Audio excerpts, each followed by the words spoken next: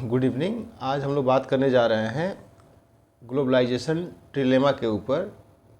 यह एक ऐसी अवधारणा है जिसे अर्थशास्त्री दानी ड्रॉड्रिक ने विकसित किया है और उन्होंने जो तर्क दिया है वह तर्क देते हुए कहते हैं कि ग्लोबलाइजेशन ट्रिलेमा एक गहरा आर्थिक एकीकरण, राष्ट्रीय संप्रभुता और लोकतंत्र, ये तीन जो अलग अलग अवधारणाएं हैं, ये तीनों एक साथ अपने सह अस्तित्व में नहीं रह सकते।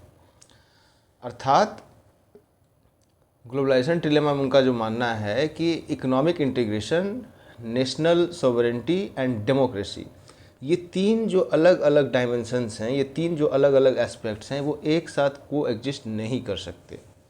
आगे वे कहते हैं कि राज्यों को इनमें से किसी न किसी एक तत्व के ऊपर समझौता करना पड़ता है। अर्थात कोई भी स्टेट जो है वो कहीं ना कहीं इन तीन अलग अलग डायमेंशंस में से किसी के ऊपर कॉम्प्रोमाइज़ करेगा। इसको और सब्सटेंशिएट करते हैं वे जब वो ग्लोबल साउथ यानी कि जो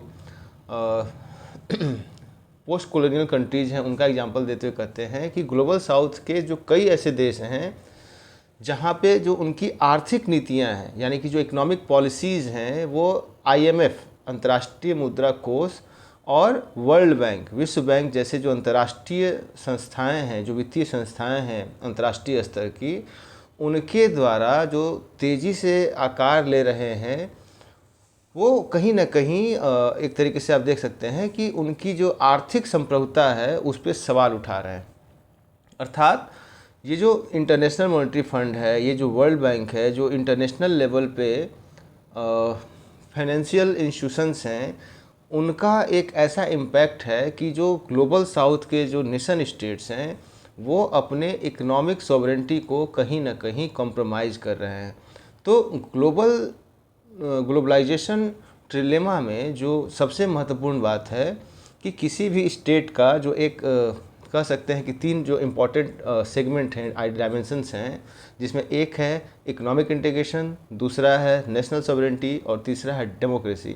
यह तीनों में से कहीं ना कहीं उनको कॉम्प्रोमाइज़ करना होगा, तभी वह ग्लोबलाइजेशन में अपने आप को शामिल कर पाते हैं। तो यह बहुत ही नवीनतम और महत्वपूर्ण है। दानी ड्रॉड्रिक जो कि इकोनॉमिस्ट हैं, उन्होंने इस अवधारणा को विकसित किया है। तो आज हम लोग बस इस छोटे से विषय वस्तु पे ही बात करेंगे। कल फिर किसी नए विषय वस्तु के साथ हम लोग इसको आगे बढ़ाएंगे।